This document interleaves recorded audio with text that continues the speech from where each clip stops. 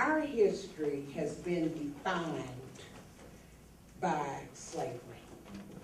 And it's not that we don't understand and appreciate the courage of our slave ancestors.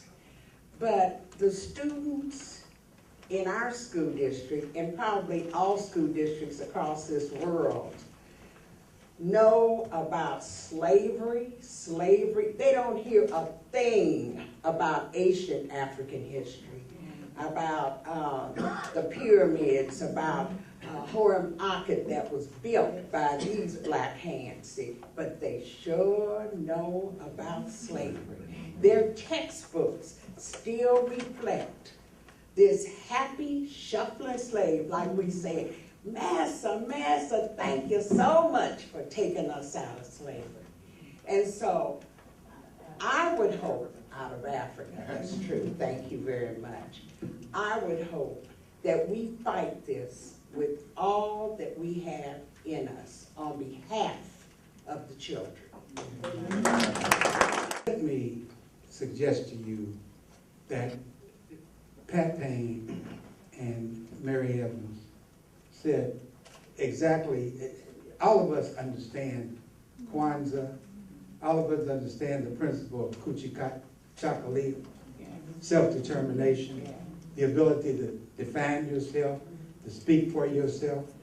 And I don't know whether it was Betty Ford or Nancy Reagan, one of them said, just say no. And we simply need to say no to this statute. We need to oppose it, no matter what they do. We need to take the position that we have not defined this as in our best interest. But the thing about you have to remember is that if you ain't at the table, you're on the menu. If you ain't at the table, you're on the menu. And as for me, if they go ahead with it, I'm going to be down there with a picket sign. Amen. As many days as I can. All right. This image has been imprinted upon us, and the people who are behind this project are using a Willie Lynch tactic and are saying that the young people, the 20s, 30s, and 40-year-olds are behind us. It's only these older people who are in opposition. I see some young people in this audience that don't look like they're in their 50s. I'm in my 40s, and I oppose it.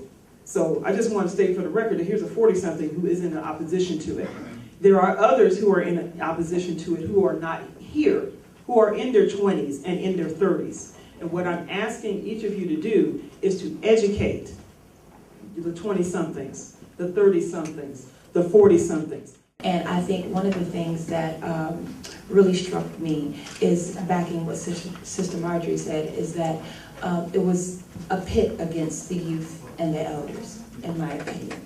And that when the elders are people who have been in the community and knew the history, and some of us younger kids are still learning what's going on with the shoes and the shirt and what's happening. Then you had youth who were the hip-hop generation, of which I'm a representative of, would say it doesn't matter that he doesn't have a shoes and shirt. And that was my disagreement then. That's what I went home with my father and said, no, that's the first rule of commerce. No shoes, no shirt, no service. So what is it, what is it that we're going to do in regards to this?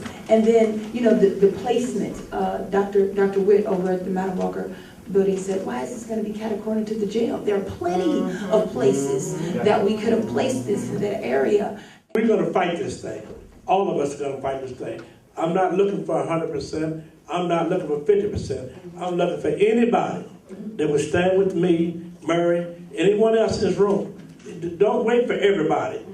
When you get your marching orders, you march yourself. Don't look around and see how many is with you.